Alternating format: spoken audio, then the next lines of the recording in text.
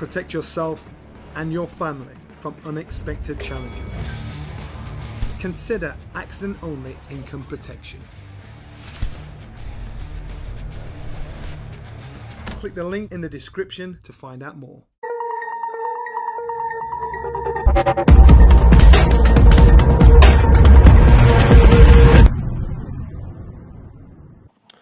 Boxing King Media in association with SaveMoreMoney.com and the Riyadh season. Delighted to have with me Hall of Fame promoter Frank Warren. Frank, I've never seen you so kind of dressed down. I walked past as I'm coming towards your room and there's a swimming pool there and it's very luxurious out here for you. Yeah, I mean, well, I'm not going to wear a whistle in the daytime out here in this weather, that's for sure. It's too warm. No, it's lovely.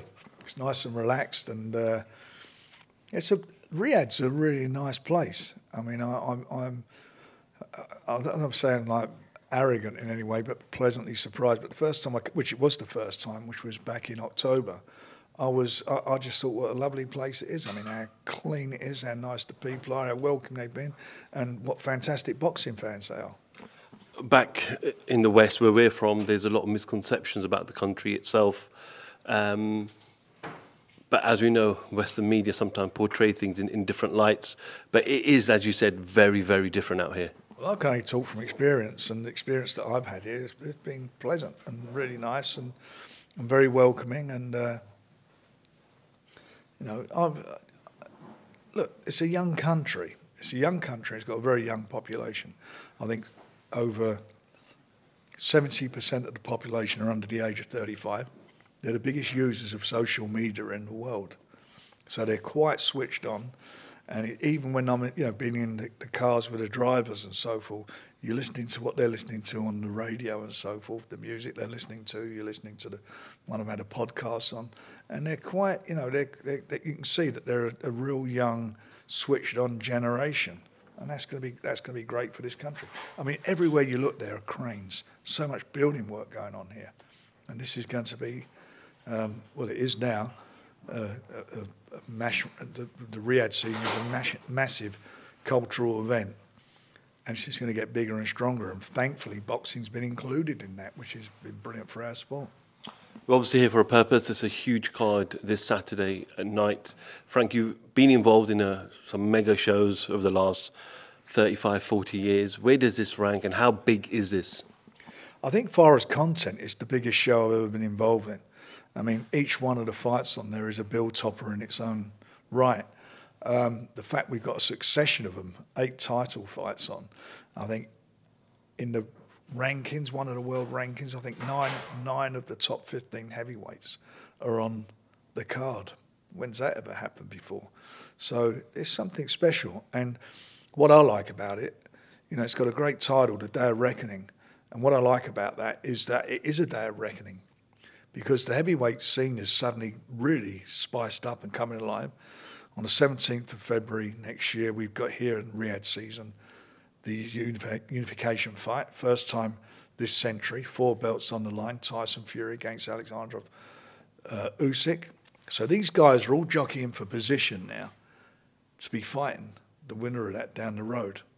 There is a path for all of them. So the winners know what's on the line here.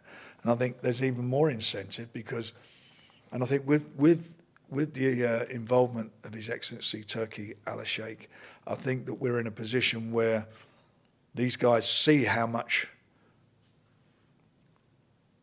is going on here, the type of money they can earn. And this is a bit like how Vegas was in the sort of 60s, late 60s, 70s, where suddenly all the purses of the fighters went up. They were getting more money, which is great. And they'll want to be part of it. And obviously, there's a place for losers, but there's a massive place for winners. And boxing game's more or less about winners. So these fellas all know and all feel that if they come through their respective fights, the ones who feel that they're going to be the favourites, they come through, that they're going to get onto bigger and better things. I know you've got a number of your fighters on the show, but as a fan, someone who loves the sport, which fight in particular are you looking forward to?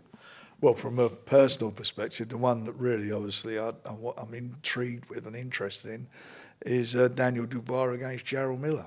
You know, he's in with Jarrell, who's we all know his notorious past, being found guilty twice of being a drugs cheat. He's clean now. He's got his licence back with Nevada, so he's paid his punishment. And this is a tough fight for Daniel. Miller's been playing mind games with him all week, trying to get into his head. And Daniel, as you know, is not an outgoing person. He's pretty reserved. He's coming off of his loss against Usyk.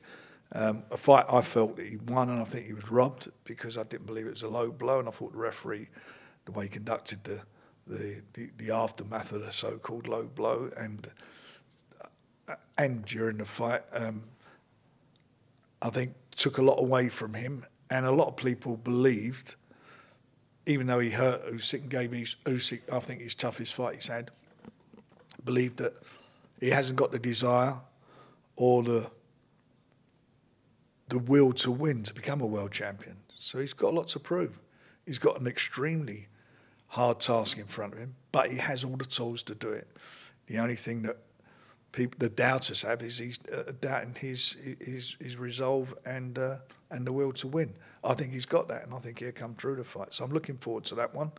The two joint main events, in their way, are also interesting. You've got the two former world champions in there, in AJ and Deontay. I think between them, they reigned for well over 10 years as world champions. Both been beaten. I think in recent times they've lost 3 fights apiece in the last couple of years or so. So they're in with two guys which they're going into the fights as favourites. But you know, I think Otto Wallin, and I also believe that Joe Parker were going to give these guys a run for their money, and we'll see what they got left. And I think in some ways they got something else to prove with. Like Daniel's got something to prove, they've got something to prove. Have they still got it? Do they still deserve a seat at the table? So we're going to see. Out of all the fights on the card, which one stands out for you to be a shock? You know, we know that there's some clear A sides and then there's B sides, but which one will be a shock for you? Well, if you look at what the odds that the bookmakers are quoting on some of the fights, I think you've got to say that Ellis has got a tough fight, and I also think you've got Lyndon Arthur's got tough fights, but they're capable. They're capable fighters. And I've got to tell you something, there's been a lot of so-called upsets recently. I mean, big one was Denzel Bentley against Nathan Heaney. That was, according to the bookmakers, a massive upset.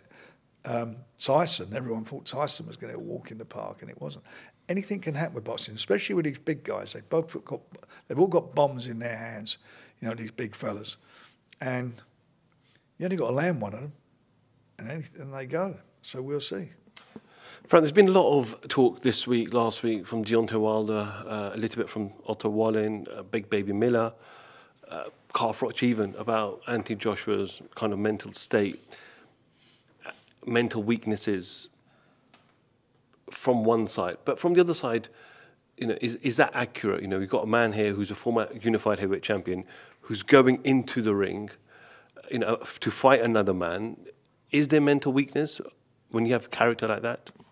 Well, you're going to find out on Saturday. You know, this week, I've done a couple of interviews, as you know, just before we're doing ours. And a couple of questions were asked of me, you know, what do they make of him being so surly this week and so forth. You know, all fighters are different. All human beings are different. You know, some guys can handle...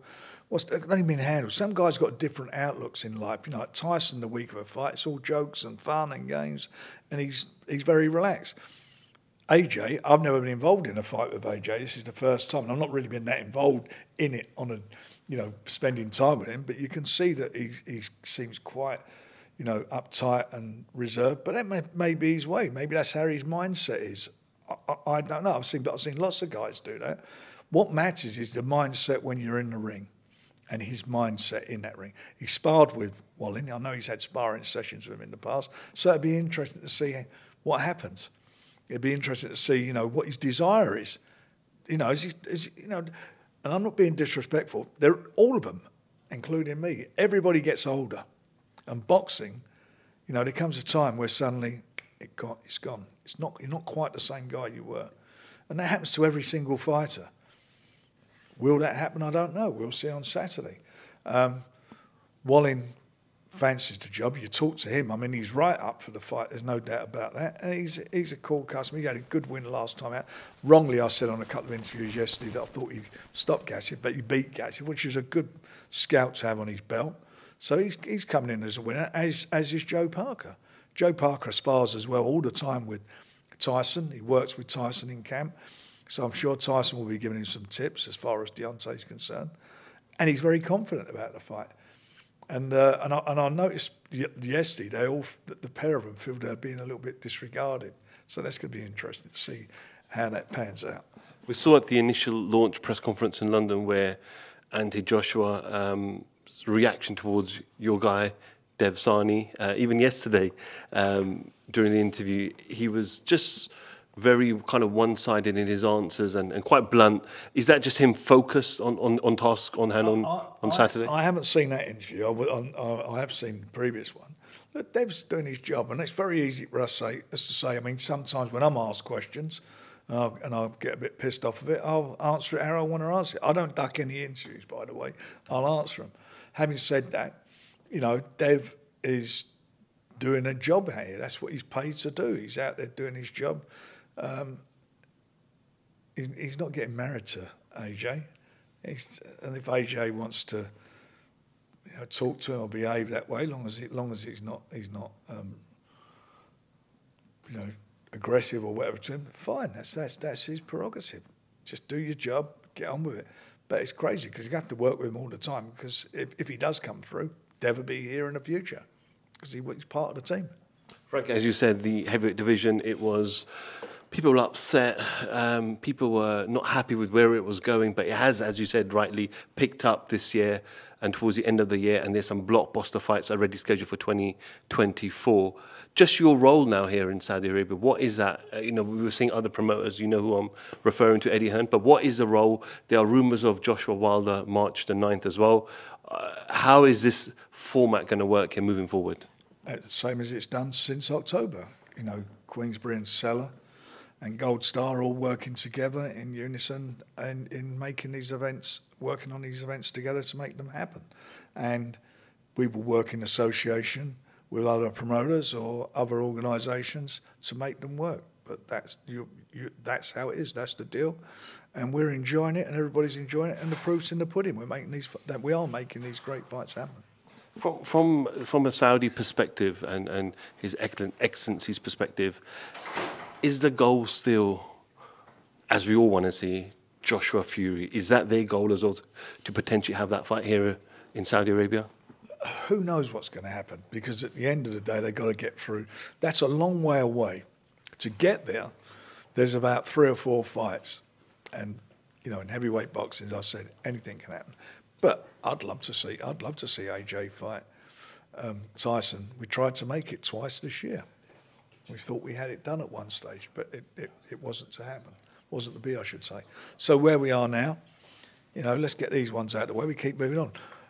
Be pleased with what we got at the moment because it's going in the right direction. We've got these fights. These 2 guys come through. Top of the bills on Saturday. Hopefully they'll face up with each other sometime in March with a bit of luck. On the 17th of February, we've got the unification. Come on, we're delivering. They're being delivered, the fights, under with His Excellency office and what all he's done, and the fact he's a massive boxing fan, and the fact that he's got the wherewithal to help them and accommodate and make these, enable us to get these fights and put them together.